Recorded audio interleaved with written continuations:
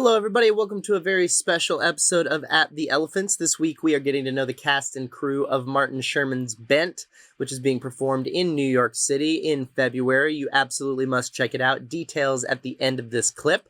So be sure to screenshot that and get your tickets right now.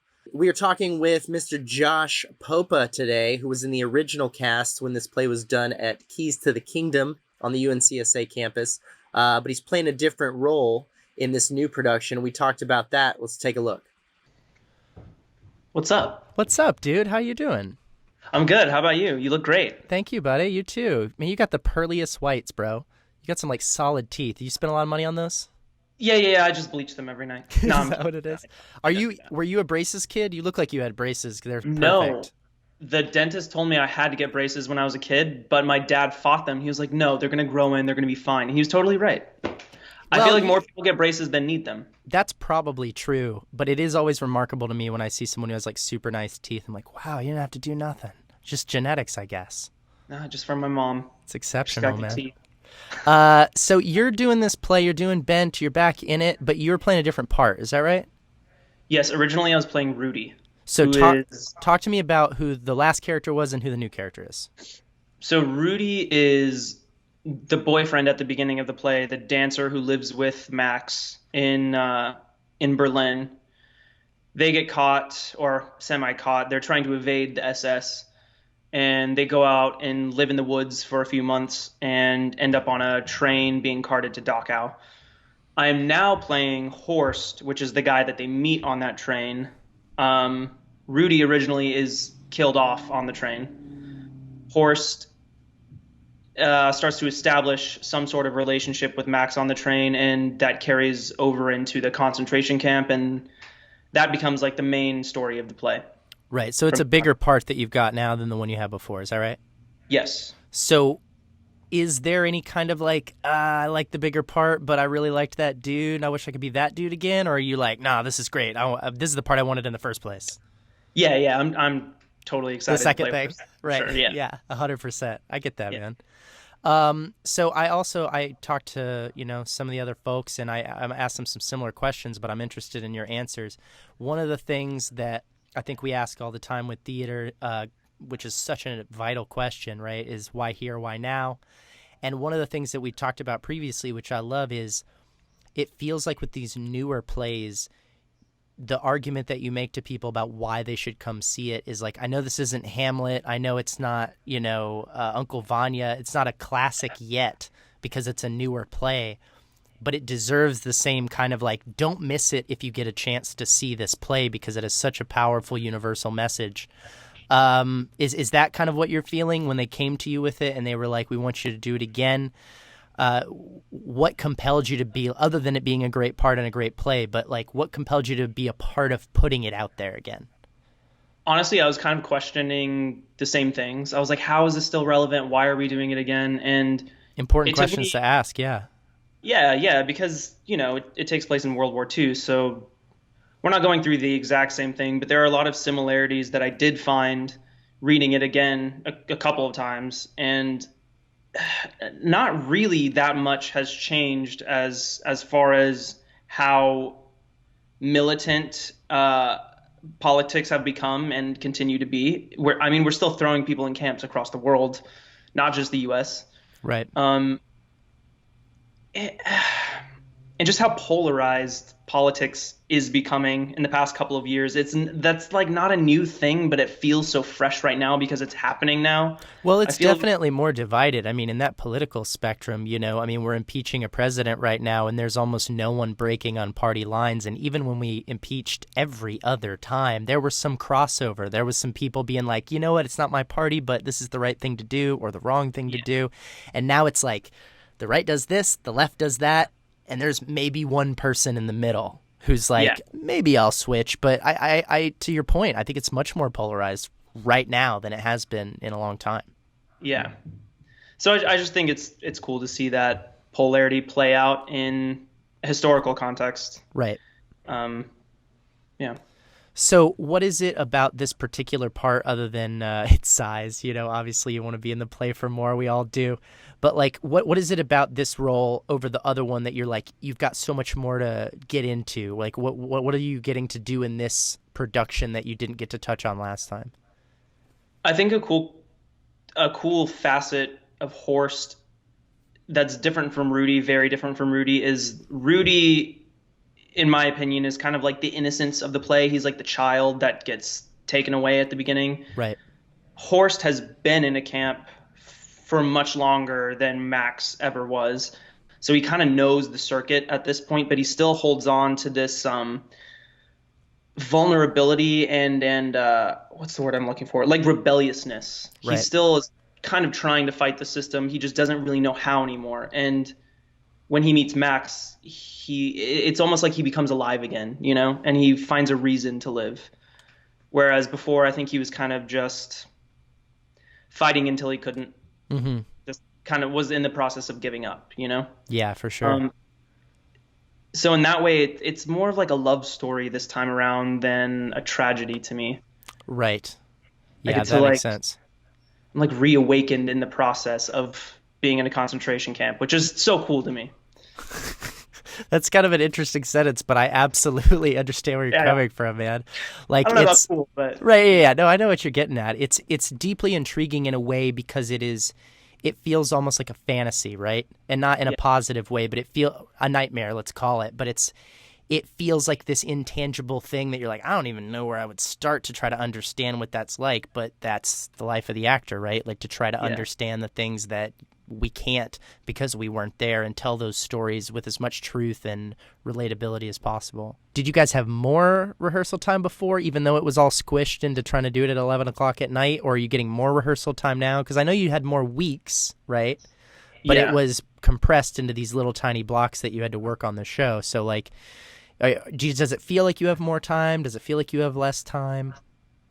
I think we had more time before.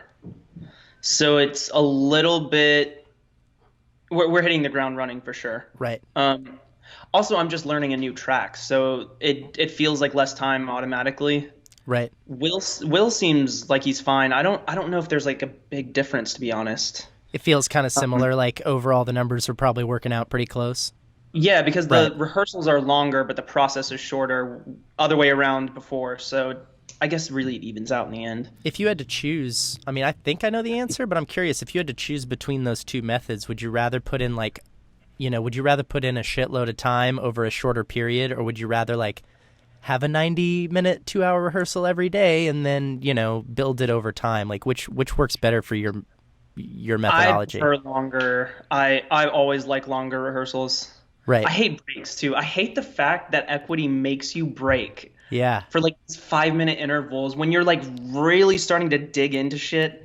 All of a sudden you're like, okay, well we have to take 5 to just get up and walk totally. around. I'm definitely pro union. I'm definitely like a super socialist in that regard, but that is one of the downfalls, man. It is like, I remember specifically my stepdad who was a body repair, like car repair guy. And we moved to New York, and all the shops there are unionized, and he had never worked in a union shop before. And they were like, all right, you got to take your break. And he was like, no, not doing that. And they're like, no, you have to take a break or we'll fire you. And he was like, I thought this was a capitalist economy where you were rewarded for how hard you're willing to work. But that is like one of the few downsides of like, you get the health insurance, you get some protection, you get pretty good money in exchange, but you gotta face their structure. How long have you been equity? I've been equity for, I guess, a year and a half now. How did you get it? I did a project with Alex Bodine up in Michigan. We were doing like this new movement-oriented version of The Little Prince. Mm-hmm. I played all the men on the planets and the fox, so I was like constantly on and off stage. It was a whirlwind, but it was super cool. The kid I got to work with is like a little prodigy. He came to first rehearsal basically off book. Right. It was awesome. Do you have anything else from school that you would be really interested in doing again? Maybe in a different role, or maybe like what's on your list of shit you did at school? Either independent productions, main stage, I don't give a shit. Is there a thing that you did at school that you're like, God, give me one more chance before I'm not the type anymore, I'm too old or some shit? Cock. I played John. I think we can all go back and agree to take another shot at that. I fucking love that play. It's Right. beautiful. And Matthew Van Gessel directed that phenomenally. Oh, tremendously brilliant individual. Yeah. Absolutely. But that's definitely my number one vote. What is that? What was it about that show, or what was it about this show that? Because to me, and this is just, I haven't really put time in as an actor in many years, to truth be told, but to me, people often ask, like, do you remember any of your old lines? I'm always like, no, nothing. Like, almost, like maybe if I picked it back up again and I started looking, I might. But if you recall a monologue I had in some play, no way I can do that, because for me, when it closes, and I set it aside. And the idea of revisiting it, I mean, I've only did that once. I was in the Complete Works of Shakespeare Abridged in high school, and then I later directed it. But that was different because I was like, let me fix all the shit that I think was not good about that. And, now I'm in control, so I can make it what I want to make it. But as an actor, to come back to a show in a different role or even the same role, I don't know if I'd be into that. So, like, what turns you on about that idea? I was a little nervous about it at first, too, Sure. to be honest. Because I was like, well, I've done this. I know this. People have seen me do this. I mean, it is the same show, but I feel like it's so different to me now because I have matured just being in the city. I'm a different person now, I've 100%. grown up for 5 years. I'm approaching it completely differently now, and there's things I understand that it was just over my head Right. the first time we did it. It's a lot of adult new. It's matters, been long enough. Yeah. The characters in this play aren't really like 21 or 22, are they? No. Right. No. They're a little older than that, at least late 20s. Isn't that interesting, right? Like, we did August Osage County when I was there, and it's like the youngest character. I mean, there's a 14-year-old, but other than that, the like youngest characters are in their late 40s. It is just it's an interesting thing, right? When you're like 22 and you're like, I'm going to get in the mind of someone who's in their 30s. And then later you're like, man, I didn't know what the fuck I was talking about. I was thinking I got it, but man, now that I'm actually close to 30, I'm like, you were approaching that not the right way. Yeah. It's like all those lines about rent and paying bills that I'm like, okay, well, I think I know what that's like, but no, was not prepared for that. Yeah, 100%. There's so many adult things that just don't come up until you face them. But that's kind of, I think, the cool thing, because I think you could make the argument that, oh, well, then we shouldn't do those. Like, you shouldn't do August Osage County with a bunch of 20-somethings. Obviously, it's a school, so we're not putting on real productions that are, like, meant to make money. Would I charge people a bunch of money to watch 20-year-olds do August? No. But is there lots to be learned about literally guessing forward? You know what I mean? Yeah. I think so. I think that when you're that age and trying to think, like, what would it be like if my parents were dying of old age? What would it be like if I'd been trying to do something for 10 years and it wasn't working? Like, these are things you can't quantify when you're 21. But to try, I think maybe preps your brain for dealing with it later, either as an actor or maybe in real life. I'm not sure. Yeah, for sure. I think just to be able to put yourself in someone else's shoes, it already expands your mind because you're kind of forcing it to, Right. Yeah, absolutely. Do you, what's it like working with all your friends, man? Love it. Is it dope? I love it. Yeah, it's awesome. I mean, we're all still the same people, but we've grown in so many ways. So there are new things that we're all bringing to it that are surprising me. Right. I think it's easy to like you were saying, when you revisit an old script, it's like, why am I doing this? You can just do the same thing again, but why would you do that when you have so much more to bring to it this time? Absolutely.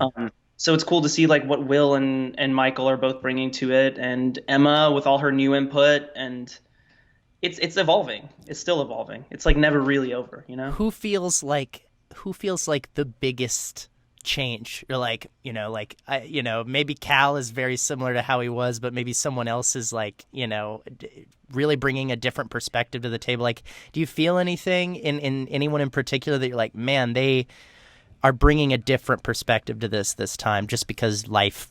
etc.? I think Michael. Yeah? Cal. Yeah. It's so funny that I used him as the example of the opposite. I don't know. It wasn't even a guess. It was just a name. I just think it's because the character itself is written as a little older. So of course, same thing we were just talking about, and We're all a little older now. So he just has like a wider perspective on the whole thing. 100%. Yeah. What, and this will be my last question for you, which is, what is it like? Again, I told Michael, I was like, maybe this seems a little like a simple question, but it comes up so often. How does it feel to be advocating for a theater play without any big, huge stars in it in New York, and trying to make the argument to friends, coworkers, family, whatever? You should make the time to see this. You know, there's a lot of stuff to see in New York, but you should come see our production of Bent. What is it trying to make that case? You know, you're basically an entrepreneur for yourself. Like TV, film actors, they don't, you know, unless it's some big thing, they're not having to go out all the time and sell it and as much. But I feel like with the theater, you've got to be like hardcore. You got to be aggressive about like, you should come see this. It is worth your time. What is that like for you? Yeah. That's been a challenge. Caitlin Kemp and Kira have been phenomenal. They've been great. Right. I never realized how much really goes into the marketing and all the stuff that goes on off stage and Right. backstage that I just never had to worry about before. Right. That has been a big challenge for me. I'm not going to lie. There are some things I'm really good at and other things that I fall flat on my face at. I just don't keep up as well. But I think it's not so hard getting people to come as much as it is getting them to pay attention to it first and to let everyone know that this thing is happening. Because if we're talking about Instagram or social media, anyone can post anything every day and be like, I'm doing a thing, but you have to stay vigilant. Right. And really let people know, no, this is not a one-time thing. This is a process. This is going to be an ongoing thing for the next few months. Please pay attention. And there's like a method to that. Yeah. That I'm starting to learn, which is crazy. It's crazy. I have a much more respect for marketing now. It's totally necessary. It is completely not what I thought I would be doing, but it was the first job I got after school was at Comedy Central in marketing. And it was such a marriage of like, oh, this is the coolest job I could ever imagine, like writing comedy, but also I'm like writing commercials and trying to understand how marketing campaigns are rolled out under certain circumstances and this content at this time. And it's a little bit to me like, I'm trying to think of a good comparison, but it's so much like the little stuff that you have to do when you're doing a play that you're like, I don't love this part of it, but I really, you know, some of the acting work and training that we took that was like, all right, you know, Matt Bullock, go through and make a list of everything that this person says about you or that person says about you and all that kind of tedious, right? It's tedious shit. But the lesson you learn out of doing the tedious shit, as much as it's a grind, is like invaluable, and it's almost impossible to learn as much from something fun. Like you learn more when you're like, fucking this whatever. That's the vibe I get. It sounds like kind of what you're saying about the marketing thing, which is like it's not like you would have gone into a seminar to learn about marketing, but now that it's a part of what you're doing in such a serious way, you are absorbing some of those lessons. Yeah. It's like the classic teaching, you know, you do all the work to throw it away in the end. But I feel like I'm doing all this work to just get to play at the end. But I am absorbing a lot by doing. Yeah, as far as marketing stuff. Props to you. I didn't know you did that. It's seriously, it's so much harder than I thought it was. It's so tedious. Yeah, it really is. And the detail is crazy. Spreadsheet after spreadsheet. Yeah, that's the whole world. You have to live in Excel. But thanks, dude. I really appreciate you taking the time to chat with me, and good luck on the show. I'm so excited for you guys to get to do this again. Yeah, thank you, man. Good luck to you. 100%, dude. I appreciate it.